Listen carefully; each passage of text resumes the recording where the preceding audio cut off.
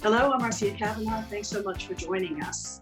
Well, Governor Edwards tells us that we may be a little bit more liberated by May 1st, though there's still going to be plenty of restrictions.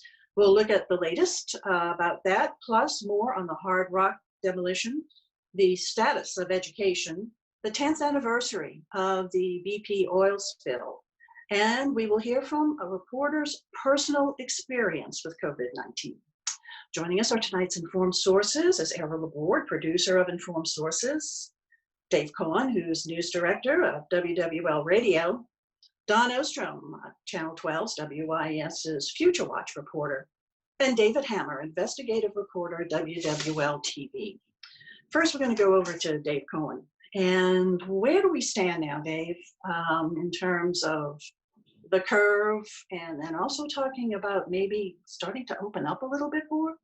Well, it appears we have found our plateau. We've not started to see the curve actually drop off, but it has flattened really all week. We've been seeing between 400 and 500 cases reported each day this week.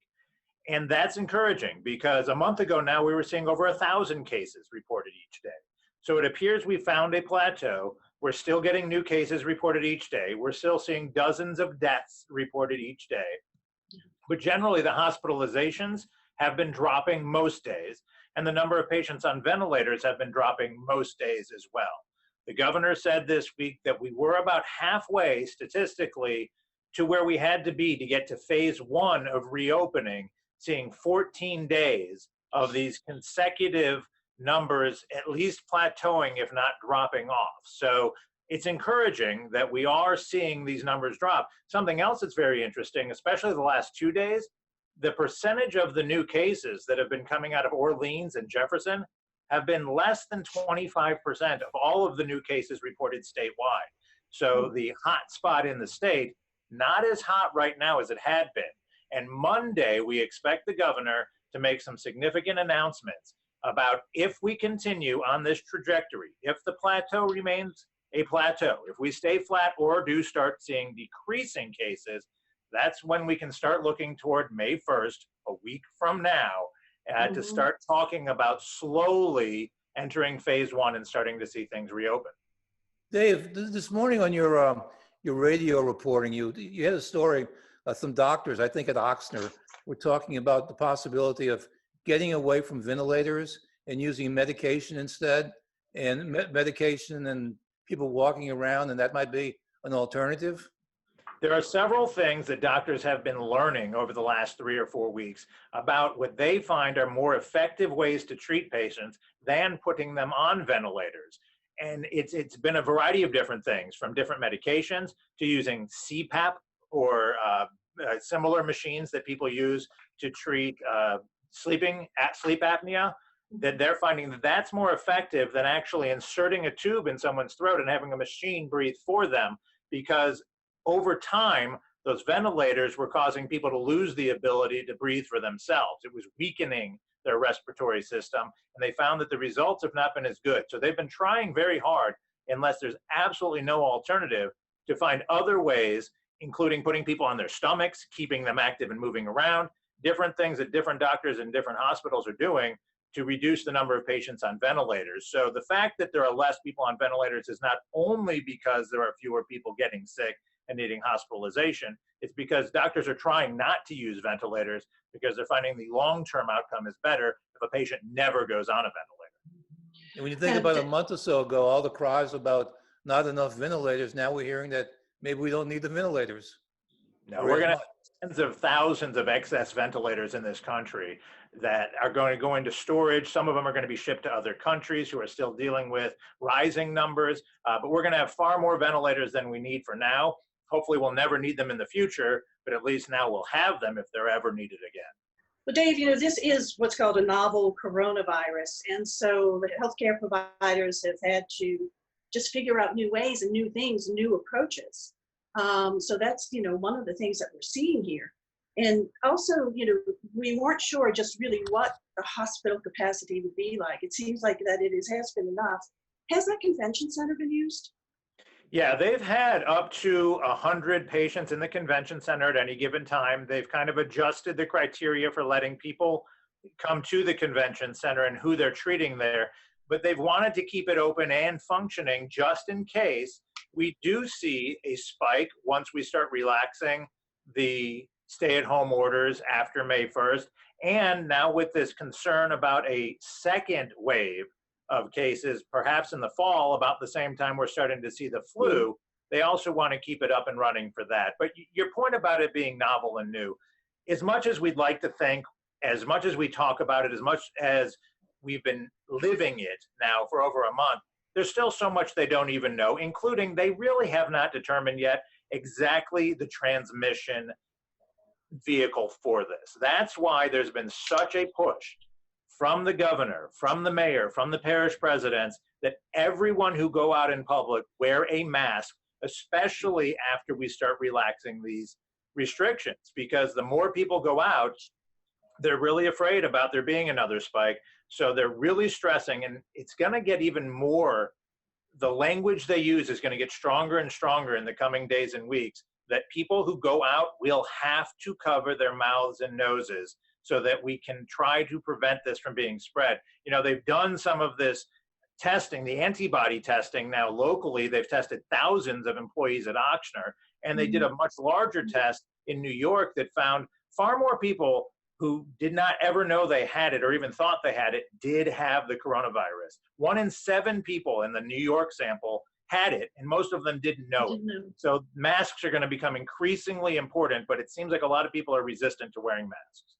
So for about sometime next week is when we can hear maybe some of the loosening of some of the restrictions.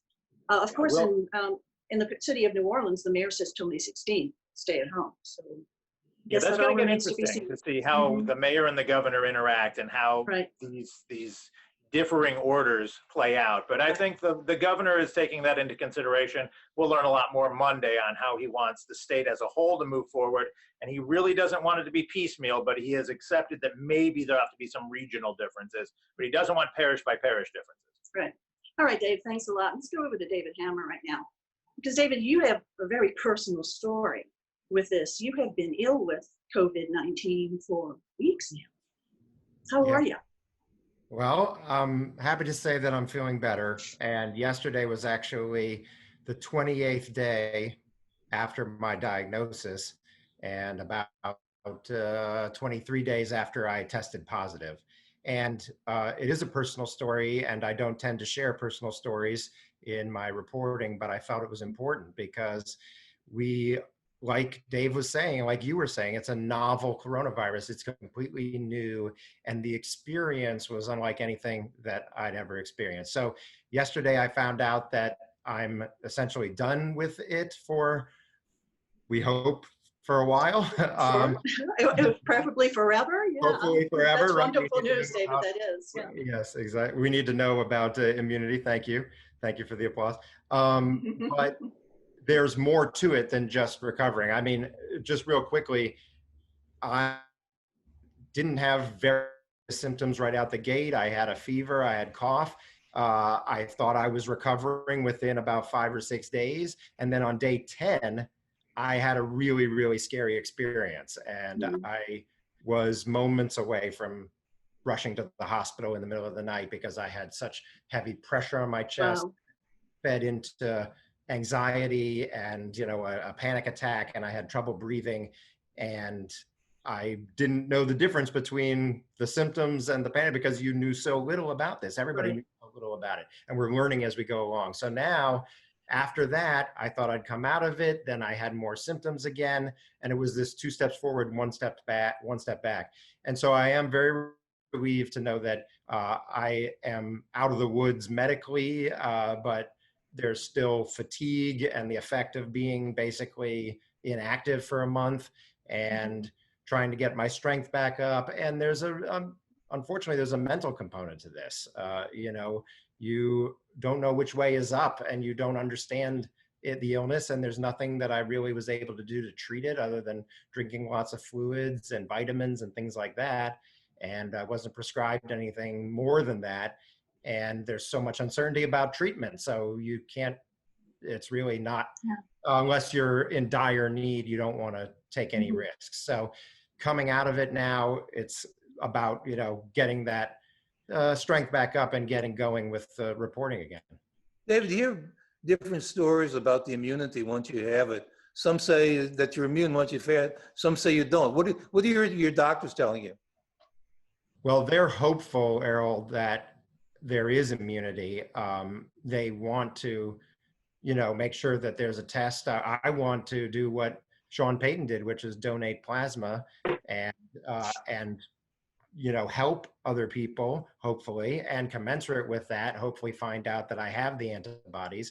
But the antibodies don't develop right away. There's like a month period or something like that before they develop. So you can't test that too quickly. So I've got to give time for that to take effect. But I'm very hopeful that then there's some immunity. Now, we're still waiting on test results to find out how long that immunity lasts. Is it a cycle? Is it 2 cycles? Is it a few years? Is it forever? Right. We don't know. Then that's the thing. We really just don't know right now. But have you ever had the flu before? Just the regular flu that comes every winter? This was a lot worse, it sounds like, than any kind of flu. Yeah, but the individual symptoms, other than that one time I described on the 10th day, were not in some ways as bad. But it was you don't know what to expect next, and you go forward, and then you're back at it again. And that's the thing that really kind of plays tricks with your mind.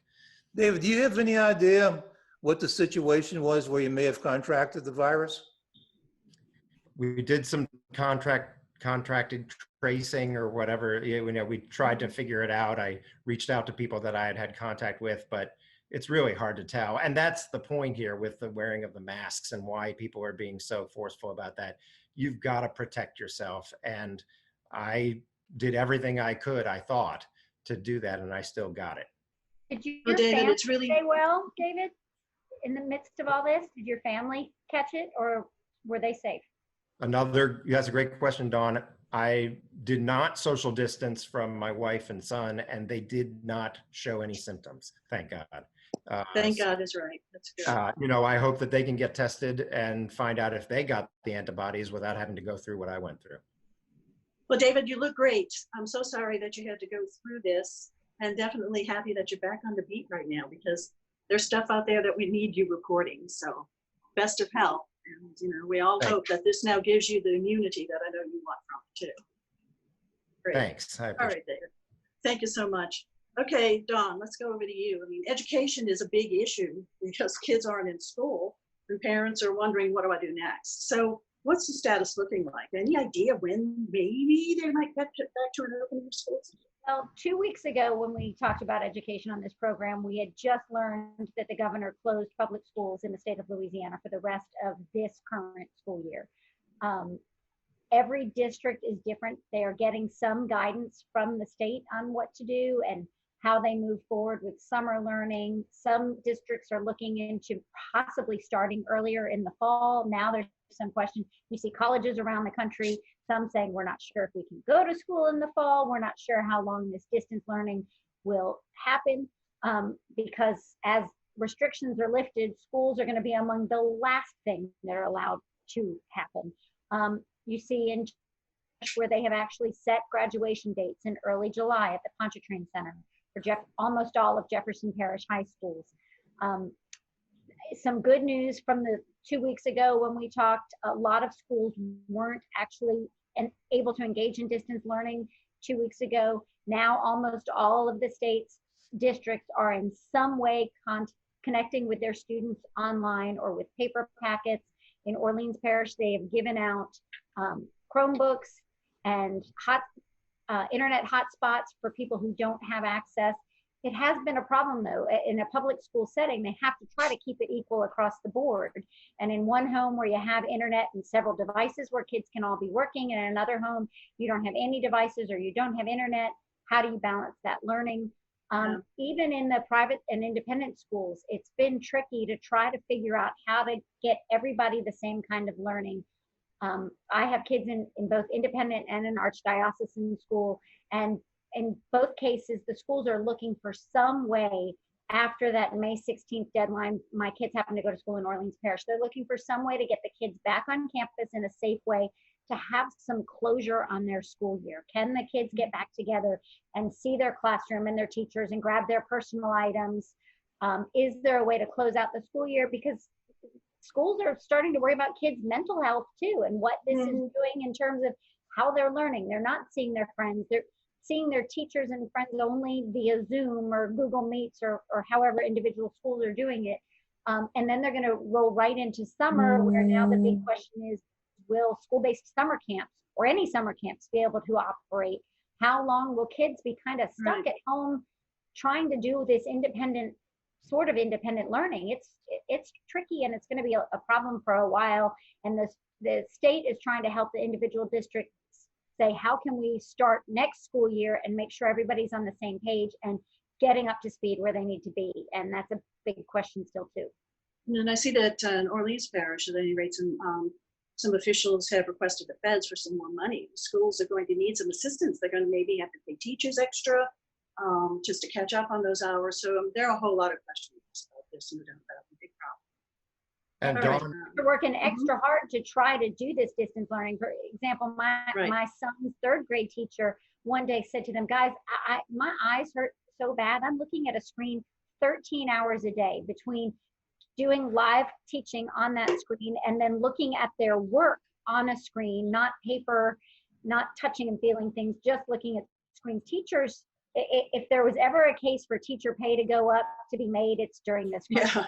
Yeah. David, did you have a question? That's one thing to say that, but when there's no money, in fact, interestingly, the private schools now are asking for donations so they can help their students pay tuition, because a lot of them can no longer afford even pay for that private schooling. And there's a lot of concern in the private school community, how many kids are even going to enroll for classes next semester, if and when that ever starts, and are their enrollments going to just dip and dive and drop off? And if that's the case, how do you pay any teachers if you don't have students who are paying tuition? Right, and how many people have figured out that maybe this homeschooling thing isn't so bad? Maybe homeschooling works for my family. I can tell you it does not work for my family. My kids like to be with their friends and with their teachers. But. Right. We have to move on now to the next segment, but a lot of questions. Let's see how things are going to be changing in our lives a little bit more. Okay, BP. 10 years ago, hard to believe, at the BP oil spill 10 years ago. David Hammer, you've done so much work over the years. How do we look now, 10 years later? Yeah, I on Monday, on the 10th anniversary, I interviewed the father of one of the men who died on that rig, Gordon Jones, and the father's Keith Jones in Baton Rouge. And, it was important to remember that 11 men died on that rig. And then I also talked to industry folks and environmentalists about where things stand with offshore safety. And, there have been some changes in just the last couple of years under the Trump administration on safety rules that govern offshore drilling. There's been a huge impact on the market with the decrease in the price of oil and disincentive economically to do more drilling offshore. Meanwhile, President Trump wants to actually expand the areas where offshore drilling is allowed. So there's a lot going on now, 10 years after BP, and people are concerned that the lessons of what happened with BP have not been learned. So, that's the concern now, is that, are we going to forget what we came out of BP with, understanding that there were major cost-cutting measures by BP and their engineers and the people on the rig that cost 11 people their lives and the worst oil spill in U.S. history. David, looking back at the experience, I was thinking that after the incident happened, remember there was a couple of months where they were trying to figure, well, how did we cap this? What did we do? And they tried this dome sort of thing and some sort of cap, and it went on and on. And it reminds me kind of like the virus thing, depending on science, to find the solution. By the way, can you hurry up and find it? I made the exact same analogy. That's the very first thing I thought, Errol. I mean, the engineering, I actually thought also about the hard rock, which we'll talk about. I mean, engineering and the lack of understanding of what's going on. And it did take 3 months for them to finally figure out how to plug those wells. And we just had a case with the Taylor Energy spill that actually was going on for almost 15 years. And it took them until then to contain it, and it's still not permanently capped. So there's a lot of money that's gone into figuring out how to be more ready, but they're not ready for every scenario. Well, Well, and a want to lot of mention, people have celebrated the fact that the economy recovered, the seafood industry recovered, and we got $16 billion to rebuild barrier islands and all these improvements that were made.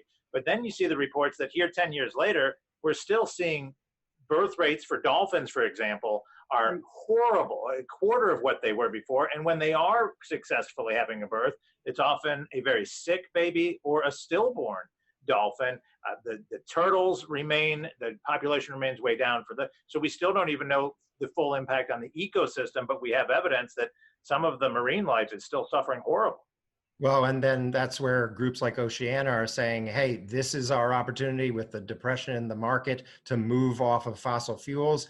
And of course, at the flip side of that is that our state, our economy depends so much on that industry operating here. Okay, No, David, well, thanks a lot for the update on that. I think we have to move along right now. And I'm going to go back over to you, Dawn. And, you know, at the start of the stay-at-home order and things being shut down, in the medical world, elective procedures were put on hold. So are we starting to see now a move towards starting that again? It will be opening back up a little bit as of Monday. The guidance came out this week from the Louisiana Department of Health. And the revised orders are basically that you can do procedures that treat emergency conditions, underlying conditions or disease, or things that are time sensitive. So I'll talk a little bit specialty by specialty for as long as I can, what that means in terms of, for instance, dermatology, where dermatologists they tell me they're doing most of their business right now telehealth. Take a picture of your rash, send it to me. I can probably treat you over the phone. They can't do any of their beauty type treatments, but they can now resume treating skin cancers and melanomas and things that would put people at further risk should they get coronavirus. On a side note, their dermatologists are telling me that there is a new symptom showing up from coronavirus, which is the coronavirus rash. So they're getting involved in that treatment too. The coronavirus seems to keep creeping into every specialty and showing up elsewhere. But they're also putting a bunch of protocols in place in terms of dermatology, like not having people in waiting rooms, paying by phone, so there's no credit card or payment going back and forth, having everyone masked, and a lot of doctors are doing temperature checks as you come in. So they're trying to keep the spread down. In terms of like OBGYN, they have been doing pregnancy services, obviously, all along. People can't delay when they're going to give birth and need that. But they're now seeing cancer cases and treating people for severe bleeding and urgent hysterectomies. That kind of surgery has come back in. In terms of a heart surgeon, if before you had non-life-threatening shortness of breath, you were maybe treated with medicine over the phone, now you could go in and have that bypass surgery that will avoid your risk of heart attack down the road. But we have seen fewer people nationwide in the months of March and April seeking treatment for heart attacks. And it's usually a time when there's a spike. So cardiovascular surgeons are worried that people aren't seeking out treatment when they need it for fear of coronavirus. Those emergencies have always been able to go to the hospital and be treated, and they should. Surgeons, for example, they have been spending a lot of time getting grant writing and journal writing done, but they now can see patients in a clinic-based setting again to assess whether or not they need surgery. Orthodontists can see you if you were already being treated. They can adjust your braces and do time-sensitive things. They're not putting new braces on. Dentists can do surgeries, root canals and that sort of thing, but not routine cleaning. So. Not everything up to speed yet, but little bit at a time. And a lot of it will look different in your doctor's office, though, in terms of how you interact with people. All right, Dawn, thanks a lot. David Hanna, back over to you. Hard Rock Hotel demolition. We're now hearing yet another timeline and potentially when it could start. Well, this seems to be the most movement that we've had, which is a positive thing, that it could potentially start if there's an agreement and the permit is issued next week, as the judge in the civil court case has hoped that there would be. Then they could start moving forward and potentially have the majority of the building down by the middle of July. That would be kind of on the shortest possible time frame. But it's interesting because we're now back to where we were in November when the owners at 1031 Canal Development proposed that they do a conventional demolition. The city really had preferred a different contractor who would do an implosion. And now we're back to a conventional demolition with the original Kolb Grading, the contractor that was selected by 1031 last fall. We're running That's out of good time. When do you news think in that terms could of start? recovering When- the bodies, right? Right. So Yeah, right. And, right. and recovering the bodies. When will that start? It could start as early as next week with preparations. Then there would be a 30-day time frame and a 48, and it could end by mid-July with the main part of the building coming down. The top. Okay, Dave. Thanks a lot. Top nine. All right, we're gonna to wrap up this discussion right now, and with a question of what kind of new experiences has this whole COVID-19 stay-at-home crisis that we're in? What kind of new experiences have you all encountered during this time? E, start with you. Okay, easily Zoom. Okay, a few months ago I never heard of Zoom.